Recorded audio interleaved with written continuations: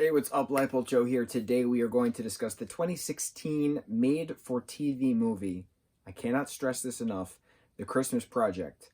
Hour 32 minutes long. A bunch of people I've never heard of before are in this. It's very painful to watch. It is, the first 3 quarters of the movie are very painful to watch. The last quarter is good. And then the final, 3 minutes are painful. So it's like watching bad community theater, and it's unfortunate because the story has potential. You have 4 brothers, the Buckley brothers. They live in this small town.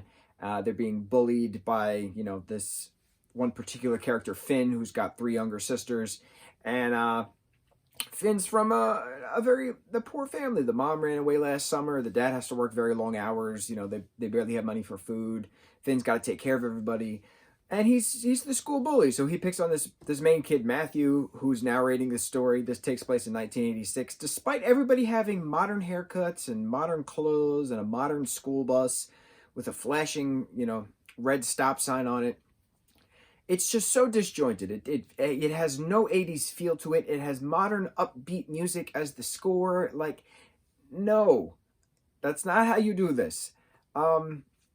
It was strange, but I love when the bully and the bullied overcome their differences and become friends at the end. I always love that kind of story arc. It happened very briefly at the very end, but it's just an awkward movie. It was very painful to watch because I'm like, this is not how you tell a story. This is not how you put a score to a 1986 soundtrack. The only thing that was 80s is the mom's haircut and the fact that the dad's reading the newspaper and he's like, oh, you hear they're going to make some new Coke. That's it. That's all you get. Obviously, there's no TV, like modern TVs. There's no cell phones. I don't see anybody talking on a phone, honestly. It was just awkward. It was a painful, awkward film that had a lot of potential to it. And somehow there's a sequel to it with the main kids in it. I don't even know where to find this sequel. The Christmas Project, it's on Netflix, but I think it's called the Christmas Project Reunion on Netflix. The project, where the name comes from is this family does this elving, E-L-V, or elfing, E-L-F, depends on how they say it. And they pick a family and each day of Christmas, they, give them presents and ding dong ditch them. And one day they get a cake and the next day they get cookies. And then there's a gingerbread house and Christmas Eve, they give him presents and stuff like that. And this kid, Matthew, who's been bullied by Finn, starts to feel sorry for Finn as the days of Christmas progress and leaves him a sappy note, quote unquote sappy note, in the words of Finn.